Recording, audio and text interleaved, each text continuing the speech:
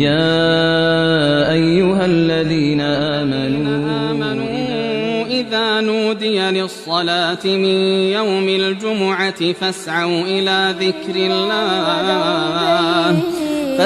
إلى ذكر الله وذروا البيع ذلكم خير لكم إن كنتم تعلمون. الحمد لله رب العالمين، والصلاة والسلام على سيدنا وحبيبنا محمد وعلى آله وأصحابه أجمعين. ئیمانداران و خواناسانی زۆر بەڕێز، لە خزمەت قورئانی پیرۆزدا دەبین کە تایبەت دوو ئاەت دەخوێنینەوە لە سوورەتی لوقمان، ئاەتی 10 و 11 تەفسیریان دەکەین بە کوردی خۆمان کە بۆ هەموو کاتێک گونجاون و بە تایبەتتر بۆ ئەم وەرزی بەهارە، ئەوانەی کە ئێستا لە سەیرانگاکاندان کاتێکی خۆش بەسەربەرن و ئومێدەوارم کە نوێژی نیوەڕۆیان نەفەوتێ و ئێمەش کە لە مزگەوت و ماڵی خواداین لەم گوڵستانەی مزگەوتدا لە خزمەت قورئاندا لەم دوو ئاەتەی قورئان ورد بینەوە. خوای پەروەردگار دەفەرمێ خەلەق السەماوات بغەیری عەمەد تەڕەونەها. سەرنجمان بۆ 4 خاڵ ڕادەکێشێ ئەم دوو ئاەتە. یەکەمیان دەفەرمێ ئەی ئینسان سەر بەرزکەوە و ئاسمانەکان ببینە، دەبینی هەموو ئەستێرەکان و مانگ و خۆر هەمویان بەبێ ڕاگرێک بەبێ کۆڵەکەیەک بەو ئاسمانەوە وەستاون. لە عیلمی فەلەکیاتا سەیر کە ئەم هەموو هەسارەیە کە هەیەنە سەدان قاتی زەوی بە ملیۆن جار لەم زەوی ئێمە گەورەترە، لە خولگەی خۆیدا وەستا و هیچ ستونێکی لە ژێردا نییە، هیچ کۆڵەکەیەکی لە ژێرا نییە. بەهۆی هێزی کێشندەوە، بەهۆی هێزی جاذبیەتێکەوە کە خوا دەفەرمێ تەڕەونەها، ئێوە نایبینن. ئەو هێزی کێشندەیە هەیە بەڵام ئێوە نایبینن. گەورەی و دەسەڵاتی ئەڵڵا لەوەدا ببینن. دووەمیان وەئەلقا فی الئەڕض ڕەواسیە ئەن تەمیدە بیکم. سەیرێکی شاخەکان بکەن چۆن خوای گەورە لەسەر زەویدا ئەو شاخە گەورانەی جێگیر کردووە کە ناهێڵێ ئێوە لەسەر زەویدا لەنگەری زەویتان تێکچێ و ژیانتان بکەوێتە خەتەرەوە. سێمیان وەبەثە فیها من کولی دابە. بڵاومان کردوتەوە، خوای گەورە بڵاوی کردوتەوە بەسەر زەوی و بەژێر زەویدا دابە. دابە واتە هەر شتێک کە پێی جێپێیەکی هەبێ، لە ڤایرۆسێکەوە هەتا فیلێک هەمووی جێپێیەکی هەیە، هەمووی دەنگی پێیەکی هەیە. خوا دەفەرمێت سەرنج بدە. ئێستا ئێمە لە وەرزی بەهارین، ئەوەی لە دەشت و دەرایەوە هەمومان دەچین، سەرنج دەدەی ئەو هەموو خشوەکە بڵاو بۆتەوە. خوا دەفەرمێت بەسەریا تێمەپەڕە و گەورەی خوای تێدا ببینە. هەندێکی گۆشتەکەی دەخۆی، هەموو ئەو ئاژەڵانە و ئەو باڵندانە و ئەو زیندەوەرانەی لەسەر زەویدان هەندێکیان گۆشتی دەخۆی، هەیە شیرەکەی دەخۆی. لە خوریەکەی هەر ئەو قاتی شاڵەی کە گرانترین ژلە لە کوردەواریدا لە مەرەزی بزنەکانمان دروست دەکرێت. خوای گەورە دەفەرمێ هەمووی خێر و بەرەکەتە بۆ ئێوە. ئەمجا شەر نییە هەموو ئاژەڵەکان گۆشتیان بخورێ، یەکێ بڵێ باشە بۆ مار نەخورێ. نەخێر، خوای گەورە ماری بۆ خواردندانە ناوە، ئیشی ئەو ژینگە پارێزیە. هەندێکیان لە ئاژەڵەکان و زیندەوەرەکان و پەلەوەرەکان بۆ گۆشت و سوودمەندەکانی ترن. هەندێکیان ژینگە پارێزن، ئەگەر بێت و ماری کێوی لە ناو بچێ بەس مشک هەرچی کوشت و کاڵمانە لە ناوی دەبا. بۆیە ئەگەر لە شاخ و کێوێکە مارێکت بینی واجب نییە بیکوژی و بەخێری مەزانە، لێی گەڕێ و تۆ خۆ لەو بپارێزە، چونکە ئیشی ئەو لەوێ بۆ کارێکی کە خوا دروستی کردووە. ئەو مشکە کێویانە دەخوا بۆ ئەوەی کەوا کوشت و کاڵەکان وێران نەکەن. خوای گەورە بۆقی دروست کردووە، بۆق ئیشی ژینگە پارێزە. ئەگەر هات و بۆقەکان لە ناوبەرین بەس مەژمێش و مەگەز وڵاتەکەمان دەخوا، ژیانمان لێ هەراسان دەکا. خوا مێشولەیەکی دروست کردووە، ئەو مێشولەیەش ئەگەر خۆراکی بۆقەکەیە لەسەرێکی ترەوە سوودمان پێدەگەێنێ کە گوڵەکان و درەختەکانمان بۆ دەپیتێنێ. تەیرەکان هەندێکیان گۆشتیان دەخورێ، هەندێکیان بۆ جوانین، بۆ جوانی دەنگیان، بۆ جوانی ڕەنگیان. دکتۆر مستەفا مەحموود لە بەرنامەی العلم والئیماندا دەڵێ سەرنجی دروستکراوەکانی خوای پەروەردگار بدا. خوا فەرمووی لەسەر زەویدا بڵاومان کردێتەوە، وەفیها لە ژێر زەویشدا، لە ناو زەویدا. جەنابتان هەمومان ئەهلی کوشتوکاڵ بووین و لادێمان بینیوە کاتێک کە پارچەیەک زەوی هەڵدەدەیتەوە تەماشا دەکەی لە ناویە چەند کرمێک هەیە گڵ دەخوا گڵخۆرکەی پێ دەڵێن لە 1 مەتری مکعبە زیاتر لە 300 دانە لەوانەدا هەیە ئەو کرمەش نابێ بیکوژی بیخەوە ناو زەویەوە چونکە ئەو کرمە بەردەوام ئەم گڵە لەم سەرەوە دەخوا لەو سەرەوە دەریەداتەوە بۆی ژێر ئەم خاکەت بۆ پەپیتکە بە هەزاران تەن مادەی کیمیاوی سوودبەخش لە ڕێ ئەو کرمەوە دەچێتە ناو ئەو خاکەوە بۆی ئەرزەکە بەپیت بێ ئەوە هەر تۆ ناشی بینی و ئاگال لێنێ و پەروەردگار لەوێدا دروستی کردووە دکتۆر مستەفا مەحموود دەفەرمێ بەس لە مێرولەدا ئەوەی تا زانانی ئێستا دۆزیویانەتەوە 20,000 جۆر مێرولە هەیە بەو دەمە بچکۆلەی کە من و تۆ نابینین لیکەکەی مادەی ئەنتیبایۆتیکی تێدایە کە مادەیە کە دژی ئیتیهابەتەوە خۆی پێپا دەکاتەوە هەر ئەو مێرولەیە دەستوری مەلەکیان هەیە خاوەن نیزامن زمانی لێکحاڵی بوونیان هەیە سمۆرەیەک دەبینی ئەو سمۆرەیە خوای پەروەردگار ئیشی غاباتی پێسپاردووە سمۆرە بەردەوام تموحی زۆرە بە هەزاران چەندی بۆی بکرێ گوێز و بندوق و بەڕوو دەشارێتەوە ئەڵێ نەوەک دەزستانە پێویستیم پێی بێ بەردەوام دەشارێتەوە ژێر خاکیەدا بەڵام خوای گەورە زاکرەی زەعیف کردووە بەس ئەوەندەی بەبیر دێتەوانێت کە بەشی خواردنەکەی خۆی بکە ئەوانی تری لەبیر دەچێتەوە ئەوش باران لێی دەدا ئەم لە ژێر خاکە شاردوویەتەوە ئەو هەموو دارستانە چڕانەی کە تۆ دایانبینی لە لاپاڵی شاخەکان و گردەکان دەستی مرۆڤی نەگەیشتوێتێ هەر هەموو سمۆرە چاندوویەتی شاردوویەتەوە بارانی ڕەحمەتی بەسەرا دەبارێوەتە ئەو دارستانە کەواتە سمۆرەیەکیش بە ناحەق مەکو و ژەوازی لێبێنە چونکە خزمەتی تۆی مرۆڤ دەکا لە ئادەمیزاد و زۆر گیان لەبەری تردا نێرینە بەتواناترە هەوڵ و کۆشش دەدا مێینەش نەوەی تازە دەخاتەوە و شیری دەداتێ و بە سۆز و میهرەبان و نازکە و خوێن ناڕێژێ بەڵام خوا دەفەرمێ سەیری زیندەوەرەکان کە بە پێچەوانەکە شێوە دەبینی لە مێشولەدا بەس مێینە خوێن دەمژێ نێرینە بەس شیلەی گوڵ دەمژێ کە مێشولەیەک پێوەی داوی پێت دانووسا و ئازاری دای دڵنیا بە ئەو مێشولەی نێرینە نییە ئەو مێشولە مێینەیە کە خوێنەکە دەمژێ لە شێردا مێینە دڕترە لە نەرێنینە لە هەنگدا مێینە شایە و ئەوانی تر هەموو لە خزمە مەملەکەتدان لە دوو پشک و جاڵجاڵۆکەدا مێینە نێرینەکەی خۆی دەخوا دوای ئەوەی کە حەملی لێگرت دوای ئەوە دەشی کوژێ دەیکوژێ ئەم جا بەچکەکان دێن دایکیان دەکوژن جیهانێک ڕێک پێچەوانی جیهانی مرۆڤ لە فەرەس البەحرا لە ئەسپی دەریادا لە مێینەوەی هێلکەکە دەردەچێ و دەچێتە کیسێکەوە لە لەشی نێرینەکەدا هەل لە جرشی ئەویشا دەپیتێندرێ و حەملەکە لە نێرینەکەەوە جارشکە دێتە دەرەوە پێچەوانی زیندەوەرەکانی تر حشتر تا چاوی خەڵکی لێ دیار بێ ناچێتە لای مێینەکەی فیل کە نەخۆش کەوت بۆ ئەوەی لێی نەگیرێتەوە و نەخۆشیەکە بڵاو نەبێتەوە لە مێگەلی فیلەکان دوور دەکەوێتەوە و لە شوێنێکی پەنهانە خۆی پەنادەدا ئەگەر چاک بوو دێتەوە ناویان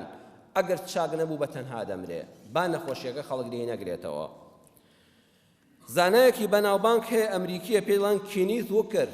لە کتێبی مەوسوعەت الإعجاز القورئانی کە دکتۆرە نادیە طەیارە نووسیوێتی لە لاپەڕەی 254 دا دەفەرمێ ئەم زانایە وتوێتی چوومە ئەفریقیا بۆ ئەوەی کەوا لە غاباتەکاندا سەیری ژیانی زیندەوەران بکەم بە چاوەکانی خۆم بینیم کە چۆن ئیتیفاقی و ڕێککەوتن هەیە لە بینی کەری کێوی و ئاسکدا ئێمە دەمانویست لە ئاسکێک نزیک ببینەوە لەو کاتەدا کە لێیان نزیک دەبووینەوە ئاسکەکە خەریکی لەوەڕ و خواردنی خۆیەتی کەرەکێویەک دەنگی بەرز دەکرد و ئاسکەکە ڕای دەکرد بۆیە سیرمان دەکرد جار بەجار کە سەرەی کەرەکێویەکان دەهات بلەوەڕێن ئاسکەکان حرەسیاتیان لێ دەگرتن کە هین دەبوو غاریان دەدا بەلایدەوە ئەویش ڕای دەکرد بۆیە هیچ دانەیەکمان بۆ نەگیرە ئەڵێ بە چاوەکانی خۆم بینیم زەڕافە و فیل ئیتیفاقی سیاسیان بەست بوو زەڕافە گوێی کزە بەڵام چاوی زۆر تیژە بە پێچەوانەوە فیل گوێیەکانی زۆر بە هەستە خشپەی مێرولە دەبیستەیە بەڵام چاوی کزە ئەم دوانە چاو کزێک و گوێ بەهێزێک ئیتیفاقیان کردووە وەرن با ئەگەر ئەی زەڕافەی ملدرێش مەترسیەکت بینی لە دوورەوە من دەنگەکەی دەبیستم بەڵام نازانم چییە ئەوە ئینسانە ئەوە فیلێکە ئەوە گورگێکە تۆ چاوت دەیبینێ و پێم بڵێ چییە بەڵام تۆ چاوت دەیبینێ بەڵام دەنگی نابیستی جاری وایە چاوت خاڵەوە من لە دوورەوە دەنگی دەبیستم بینیم چۆن فیل لەگەڵ زەڕافەدا بە ئیتیفاقێک و بە هاوپەیمانیەک یەکتری دەپارێزن. بینیم ئەو کەرکەدەنە گەورە تەیرێکی بچکۆلە لەسەر پشتێتی بەردەوام کرمەکانی ناو پشتی دەخوا بۆ ئەوەی ئازاری نەدا، خۆی تێر دەکا لە کرمی ناو پشتی. هەروەها کەرکەدەنەکەش بێ ئاگایە، هەر وەختێک کەسێک لێ نزیک دەبووینەوە دەمانویست باوەشی پێداکەین بیگرین فەحسی لەسەر بکەین، تەیرەکە دەنوکێکی لەسەری لوتی دەدا و کەرکەدەنەکە ڕای دەکرد، ئەم هەل لەسەر پشتی بۆ خۆی سەمای دەکرد. بەم شێوەیە هەردووشیان ئەو تەیرە بچکۆلە لەگەڵ ئەو کەرکەدەنە گەورە پێویستیان بە یەکتر هەبوو. سیرکە خوا دەفەرمێ ئەمانەم هەموو لەسەر زەویدا ئەی ئینسان بۆ تۆ دروست کردووە، تۆش زوڵمیان لێ مەکە، ژینگەکەت پیس مەکە. خەڵکمان هەیە دەچێت لەو دەشتدا بە ئارەزوو مێرولە دەکوژێ، لە شانە مێرولەیە وە ئەزانە زیاتری دەست ناکەوێت کە سەیرانی لەسەر بکە، ئەو شوێنەی بۆ بەجێبێڵە. سمۆرەیەک وەکو عەزم کردی مەکوژە، چۆلەکەیەک بە ناحەق مەکوژە، چونکە ئەوە هەمووی لە خزمەتی تۆدایە. قورئان باسی کردووە. خاڵی چوارەم خوای گەورە دەفەرمێت لەسەر زەویدا باران لە ئاسمانەوە لە هەورەکانەوە دەبارێن و سەر زەویتان بۆشین دەکەم. هەموو دڕوەکێک کە پێویست بێ بۆتان بڵاوم کردوێتەوە. جا ئەم ڕووەکانە هەیانە بۆ خواردنە. مرۆڤ گیان لەبەر زیندەوەر خواردنی لەسەر ئەو ڕووەکەیە. هەندێک لە ڕووەکەکان و لە گوڵەکان و لە گیایەکان بەس خوا بۆ بۆنی خۆش دروستی کردو، عەتری لێ دروست دەکرێت. هەندێکی بەس بۆ جوانیە، بەس سیمایەکی جوانە، ئەو خوای گەورە ئەم سەرزەویەمان بۆ جوان دەکات بەهۆی گوڵ و گوڵزارەوە. هەندێکی بەس بۆ دەرمان خوا دروستی کردووە، زانستی پزیشکی دەرمانی لێوە دەگرێت. زۆربەی هەمووشیان بۆ پاککردنەوەی هەوایە. ئەم ئۆکسجینە و ئەو هەموو دووکەڵی ئێمە فڕێ دەدەین، ئەو گژ و جیا و ڕووەکانە بۆمان پاک دەکەنەوە، هەوایەکی پاکمان پێشکەش دەکەن. بۆیە خوا دەفەرمێ کەریم کە باسی گوڵ و گوڵزار و دار و دەخت دەکا بە سیفەتی کەریم باسی دەکا. کەریم دوو مانای هەیە، یعنی زۆر پڕخێر و بەرەکەتە، یەکجار سوودی زۆری هەیە. دووەم بە مانای ئەوەیە زۆر بەخشندەیە. گەڵا و گوڵ درەختەکان زۆر بەخشندن، یەک دەنک گەنم دەچێنی بەلانی کەم 50-60-70 دەداتەوە. یەک دەنک درەختێکت چاندووە پێت ناڵێت تۆ یەک قلە سێوێکت چاندووە یەک سێوت دەدەمێت، بە هەزاران لە درەختێکا دەداتێ. یەک دەنکە تۆوێک شووتی و کاڵەکێکت چاندووە چەند بەرێکت لەسەر یەک پێشکەش دەکا. خوا دەفەرمێ سەیریکە کەریمن ئەو درەختانە ئەو گوڵانە یەک گوڵێکە ئەو هەموو دەردەکا، ئەو چیلە لێ دەکەی و جیلێکی تکە دەردەکاتەوە. خوا دەفەرمێ زۆر بەخشندن، دەتخوا ئێوەش ڕێزیان لێ بگرن. چوویتە هەر سەیرانگایەک، حتا لە باخچەی هەر شوێنێکە لەو پارکانەدا دانیشتی چڵێ جا بە عەمدی مەقرتێنە، هەیە هەر دەستی ڕاوە ناوەستێ بەردەوام لێ دەکاتەوە. گوڵێک یەک دەقەی بۆنی دەکا و فڕێی دەدا. خەڵک لە وڵاتانی پێشکەوتوودا دەچێتە پارکێکەوە گوڵێکی لێ سەر شۆڕ دەکاتەوە، بۆنێکی دەکا، دڵی نایە گوڵەکە لێ بکاتەوە، بە مافی خۆی نازانێ. خوای گەورە دەفەرمێ سەرنج بدەم ئەمانەم هەموو بۆ ئێوە دروست کردووە. هذا خلق الله، ئەمە دروستکراوی خوایە. فأروني ماذا خلق الذين من دونه بل الظالمون في ضلال مبين. دەی ئەوانەی کە لە غەیری خوای پەروەردگار کە ئەڵڵایە دەرچێ، ئەو بتانی کە خەڵک دەیان پەرستێ، ئێستا لەم سەرزەوێدا بە ملیار خەڵکەیە بدەپەرستێ،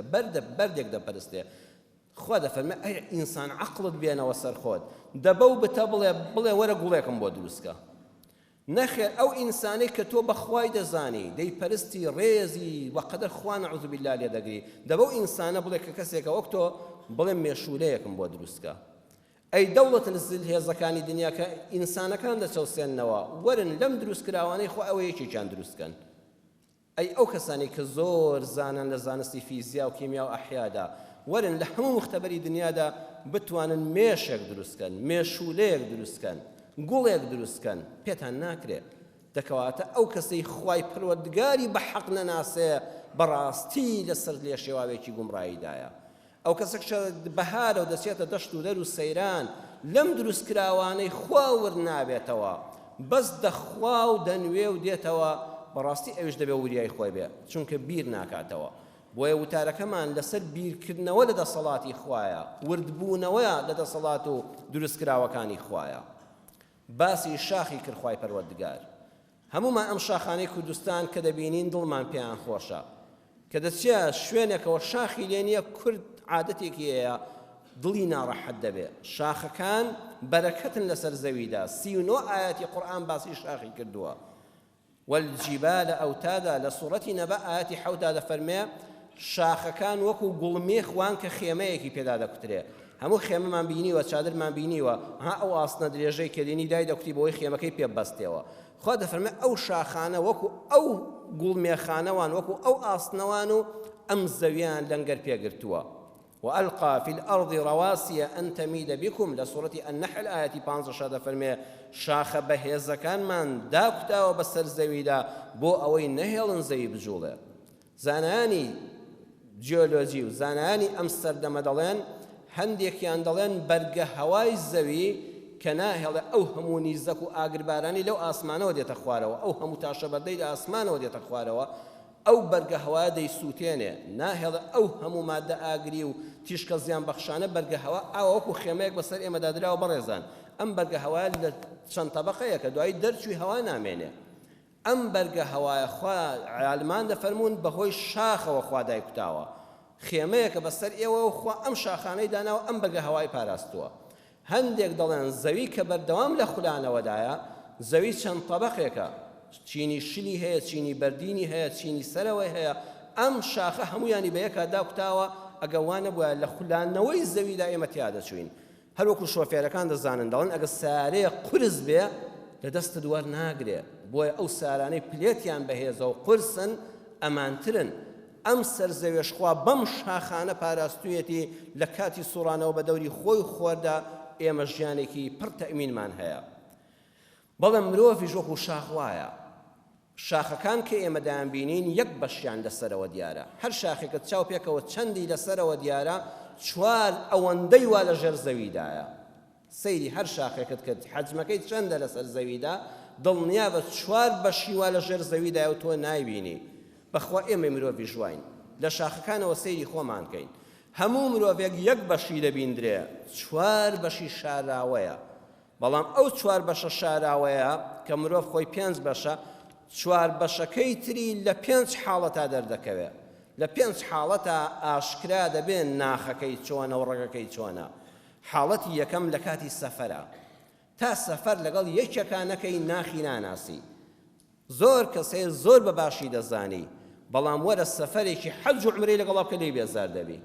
وەڵڵی خەڵکی شەیە ڕقل لێیەتی حەدوا ئەزانی کەسێکی خراپە حەز بە چارەی ناکەی چوار ڕۆژ لە سەفەر لەگەڵ یابە ئەڵێ وەڵڵی غەڵەت حاڵی بووم ئەشهەدو بیللا فڵان کەس جوانە بووەکو من بیرم لێ دەکردەوە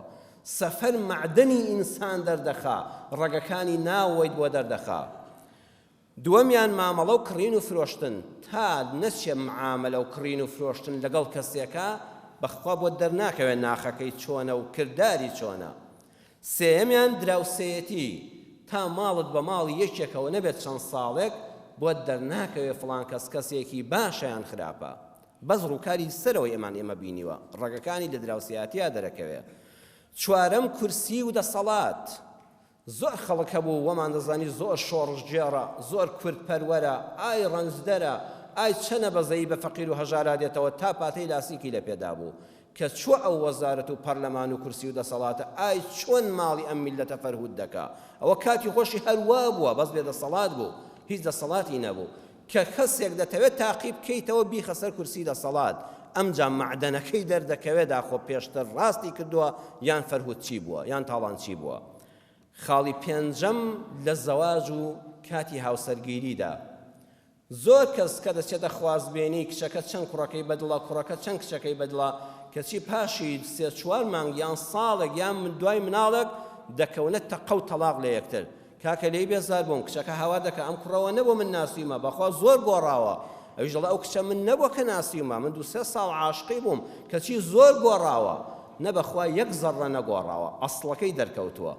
جاران تۆ بەس لە 120 بینیوە یەک بەشی بینیوە ڕوخساری بینیوە زمانی شیرینی بینیوە هیچ مەسئولیەتێک لە بینتاندا نەبووە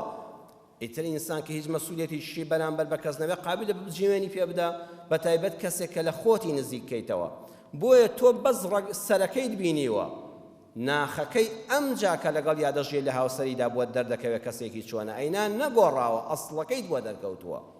جا بۆیە چەند جوانە ئینسان دەرەوەی چۆن بێ ئەم بەشەی با خوارەوەشی ئاوا بێ ئەگەر ئینسان ناخەکەی پاک بێ سەرەوەشی جوان دەبێ بەڵێ دوو جۆر مرۆڤ هەیە یەکەمیان مرۆڤێکی دڕەحمەت، دڵێکی پڕ لە میهرەبانی، پڕ لە خۆشەویستی بۆ خوا، بۆ خەڵک، بۆ خاک، ئینسانێکی خاکی و بێفیس، وڵات ئاوەدانکەرەوە، بە سۆز بۆ کەسانێک کە گوناهیش دەکەن. ئەم کەسانە ڕەحمەتن بۆ وڵات، بەڕاستی بەرەکەتن. یەک نمونە لەم کوردەواری خۆمان باز دەکەم. دکتۆر وشیار ئیسماعیل، مامۆستا و مەلا وشیار کە 2 ساڵێک لەمەوبەر لەم شارەدا دەستێکی ڕەش شەهیدی کرد. ئەو مامۆستای سەر مینبەر و میحرابە لە دەرەوەی هەولێر دێتەوە، تەماشا دەکەوت دەمە و ئێوارەیەکە و کەسێک بە تەنیا لە شوێنێکە لەسەر ڕۆخی شەقامەکە دانیشتۆ و بتڵی عەرەقی دانا و خەریکی عەرەق خواردنەوەیە. بەو کەسەی کە ڕەفیقی دەبێ و سیارەکە لێ دەخڕێ، ئەڵێ کاکە لای ئەو عەرەق خۆرە ڕایگرە. ئەڵێ مامۆستا چیەکەی؟ ئەڵێ وەڵا ئیشم بەو پیاوەیە، بە تەنیا نزیک ئێوارەیەکە و کابرایەک دانیشتۆ و عەرەق دەخواتەوە. مامۆستا بەجبە و مێزەرەوە دەچێت و سەلامێک لە کابرا دەکا، کابرای عەرەقخۆر واقی وڕدەمێنێ، خێرا بتڵی عەرەقەکە کورت هەمووی ڕێزێکی تێدایە، دەیخاتە پشت خۆیەوە، مەلایەک بەجبە و مێزەری مەلایەتیەوە لای داوە بۆ لای کابرایەکی عەرەقخۆر و مەرحەبایی دەکا. ئەڵێ کاکم چۆنی؟ ئەڵێ جەنابی مامۆستا تۆ چۆنی؟ ئەوە چییە؟ تۆش لات داوە لای من سەرێک گەرمکەی؟ ئەڵێ ناوەڵڵا من ئەوەندە سەرگەرمم بەکاری خۆمەوە، پێویستیم بە سەرگەرمکردن نییە، بەڵام من پەرۆشی تۆمە بە تاقی تەنیا و بێ هاودەم و ڕەفیق لەم چۆڵە لەم سەر شەقامە دانیشتووی لەم قەرەق جادەی عەرەق دەخۆیتەوە، بۆ وا لێ هاتووە عەرەق بخۆیتەوە؟ دیارە تۆ بەڕێزت گرفتێکت هەیە، وەڵڵەه من پەرۆشی تۆمە، بەڵکو بتوانم هاوکاریەکەت بکەم. مامۆستا ناڵە هەی نەعلەتی خوال لێبێ، ئای دەسەڵاتت نەبێت شوشەکەی لەسەرا بشکێنی، ئای قەمچی لە پشتی دەی. مرۆڤی ڕەحمەت ئەزانێ ئەم ئینسانە گرفتاریەکی هەیە. ئەڵێ ئەرێ بەخوا مامۆستا لە تاوی دەردی خۆم هاتووم، خۆم سەرخۆشکەم و خۆم بێئاگاکەم. 3 موسیبەت لەسەر من هەیە. یەکەم ماڵی خەزورم ژنەکەیان لێ ساندومە و بردویانەتەوە، تاقە یەک منداڵم هەیە نەخۆشە و لە خەستەخانە کەوتووە، بەخوا ئیمکانێتی کڕینی عیلاجەکانی منێ و خوشکێکم بە دیاریەوەیەتی. 2 مانگی شەکرێت چیم ناوێرم بچمەوە ماڵەوە، کابرای خاوەن خانوو چاوی پێم کەوێ داوای کرێم لێ دەکات. لە تاوانە هاتووم بەو پارەکەمەی ماوەمە خۆم سەرخۆش و بێئاگاکەم لەم سەر زەویەدا.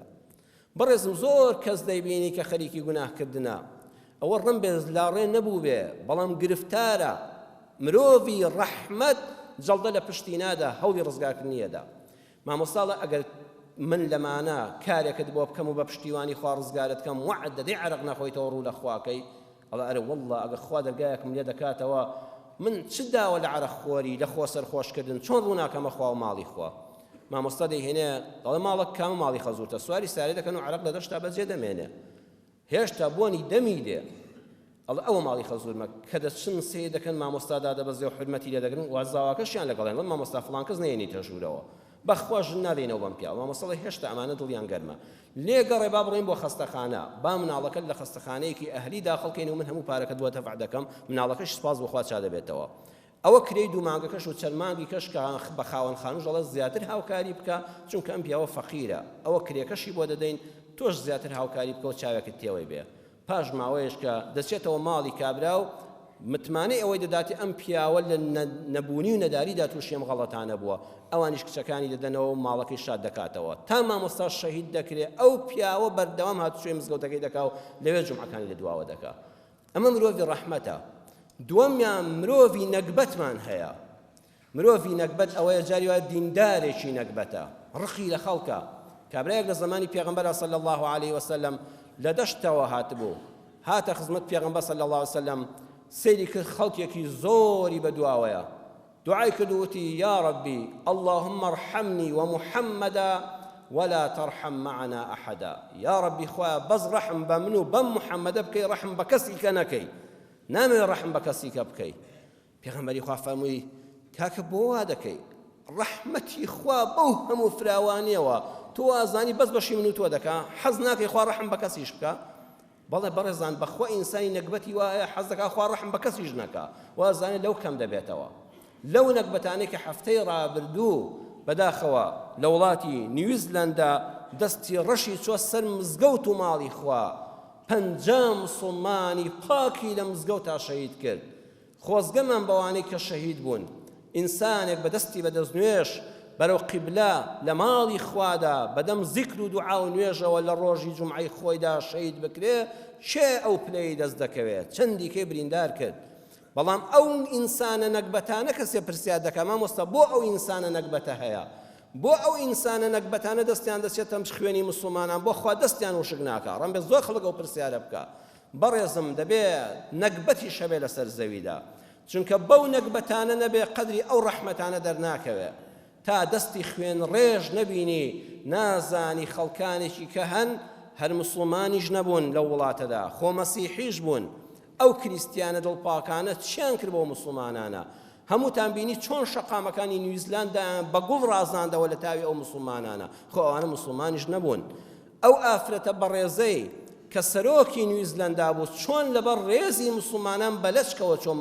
ماڵی خوا چەند گریانی پێوە دیار بوو چۆن سەرۆکی پۆلیسی هەموو نیوزیلەندا مسلمان بوو بە لەفزی لا ئیلاهە ئیلا الله محەممەد ڕەسوول الله قیامەتی خۆی ئاوەدان کردەوە بەو نەکبەتە سەرۆکی هەموو پۆلیسی نیوزیلەندا مسلمان بوو چۆن چۆ لای مسلمانەکان و بعد ئەو عەرەبەی کە نەیدەزانی دەیگوت ئینا لله و ئینا ئیلەیه ڕاجعون بە سەدان خەڵک لەو ڕۆژە ڕوویان کردە مزگەوتەکان و مسلمان بوون برایەتی و تەباییەک چەسپا هەموو ئەو کچانەی کە سافیرە بوون چەند گۆرانی بێژیان لێ مسلمان بوو ئافرەتانی نیوزیلەندی لە کریستیانە مەسیحەکان کە ئێمە لێرەوە لە کوردستانەوە سوپاسی ئەو مەسیحیانەی ئەوێ دەکەین کە هاوسۆزی مسلمانان بوون کچەکانیان بە لەچکەوە چوونە سەر شەقام و ناو قوتابخانەکان وەکو ڕێزێک لە لەچکی مسلمانەکان بەڵێن نەکبەتێک کارێکی نەشیاو دەکا خۆی بەدبەختی دنیا و قیامەت دەکا لەولاوە ئیسلام پێی عەزیز و سەربڵند دەبێ ئەوەی شەهید بوو چێ خوا دەیداتێ لە ماڵی خوادا شەهید بکرێ بچێتەوە بەر قاپی ڕەحمەتی خوا باقی ڕەحمەت و گوڵستان بەسەر ئەو وڵاتەدا باری تەبایی و خۆشەویستی و برایەتیان لە نێواندا زیاد بوو بڕیاری قەدەغەکردنی چەک هەڵگرتنی تێدا درا بەڵێ لە شاخەوە فێری چی دەبین شاخ سێ بەشە بەشی هەرە لوتکە و دیارەکەی کە بەردەوام بەفر لە خۆی دەگرێ سپیە ئەو هەموو بەفرە لە خۆی دەگرێ بۆ ئەوەی خوار خۆی ئاو بدا مێزەری سپی مەستایانی ئێمەش دەبێ ئاوا بێ علم کۆ کاتەوە بۆ ئەوەی بیڕێژێ بەسەر خوای خۆیدا چینی دووەمی شاخ قەدی شاخەکەیە ئەو ئاو بەفرەی سەرەوە هەڵدەمژێ دار و درەخت و گوڵ دەڕوێنێ بەشی خوارەوەی بریتیە لە قەتپاڵی شاخەکە کە شوێنی لە وەرگا و سەیرانگای خەڵکە جا بەڕێزان جاری وهەیە قەتپاڵی هەری خوارەوە کە لە چاوی کەسا دیار نییە زۆر خەزیانەکەی پڕترە لە لوتکەی سەرەوەی شاخەکە بۆیە ئەگەر ناویشت دیار بوو خەڵک ناوی هێنای قودوە بووی لە ناو خەڵکان نمونە بووی خۆت لێ نەگۆڕێ چونکە ئەگەر ئەو قەتپاڵی شاخە و قەدی شاخە نەبێت لوتکەی شاخ لەسەر چی خۆی دەگرێ هەمومان پێویستیمان بەیەکە لوتکەی شاخ ڕەن بێ خەڵکی خوارەوە کە نایبینێ لەو بەڕێزتر بێ لای خوا نابێ خۆی لێ بێ هەندوت بگرێ هەروەها خەڵکی خوارەوەش نابێ بێمنەت بێ لە لوتکەی شاخەکان چونکە بەفری بۆ لە خۆی دەگرێ و هێمن لە بەهارە بەسەریا دەتوێنێتەوە ئەمە ژیانە قورئان بۆمان باس دەکا دەفەرمێ ئەوەی کە دەچێتە گەشت و سەیران یەخوا پیرۆزی بێ عیبادەتی خواد ئاگالێ بێ لەو دەشتەشا بەوردبوونەوە لەو دەور و بەرەد لە دەیرەکان لە دەنگی چۆلەکەکان لە مێرووەکان لە باڵندەکان گەورەی ئەڵڵا ببینە ڕوو بکەینە خوا و داوا بکەین لە خوا یا ڕەبی خوای پەروەردگار عاقبەتمان خێرکەی یا ڕەبی خوای هەمیشە ئاوا ڕەحمەتی خۆتمان بەسەرا ببارێنی سپاست دەکەین خوای پەروەردگار کە ئەمڕۆ لەم ماڵەی خوادا کۆت کردوینەوە ئاوا لەسەر حەوزی کەوسەری پێغەمبەر کۆمان کەیتەوە یا ڕەبی خوای ئەم بەهارە خەڵکی کوردستان دڵی خۆشە خوای ئەم دڵخۆشیمان بۆ زیادکەی یا ڕەبی خوای خەڵک تا ڕادەیەک دڵی خۆش بۆ خوای دڵخۆشیەکانمان بۆ زیادکەی خوای دەرگای ڕەحمەتی خۆتمان زیاتر لێ بکەیەوە ئەم کوردستانە و هەموو وڵاتانی دنیا لە شەڕ و ئاشوب و دەستی خوێن ڕشتن بپارێزی یا ڕەبی خوای شیفای نەخۆشەکانمان بدەی یا ڕەبی خوای ئێستا بەهارە و خەڵکانێک وا لە خەستەخانەکاندان لەسەر قەڵەوێرەی نەخۆشی یا ڕەبی خوای شیفایان بدەی یا ڕەبی خوای شیفایان بدەی ئەوانش بەلەشی ساق بچنە سەیرانگاکان یا ڕەبی خوای گەورە ئەو کەسانەشکەوە لەم بەهارە پڕ بەرەکەتەدا لەو دەشتە جوانەی کوردستانە خەریکی بێئەمری تۆن یا ڕەبی خوای هیدایەتیان بدەی یا ڕەبی خوای هیدایەتەی بدە ڕووبکەنە خوا خوای ئێمەش لەسەر ڕێبازی ئیسلام و مزگەوت و خواناسی بەردەوام بین هەتا دێنەوە بارەگای تۆ عاقبەتمان خێرکەی دوا ڕۆژمان خێرکەی لە چاوپێکەوتنی خۆت لە ڕۆژی قیامەتا و لە شەفاعەتی پێغەمبەری ئازیز بێبەش نەبین ئامین ئامین والحەمد لله رب العالمین يا أيها الذين آمنوا إذا نودي للصلاة من يوم الجمعة فاسعوا إلى ذكر الله وذروا البيع ذلكم خير لكم إن كنتم تعلمون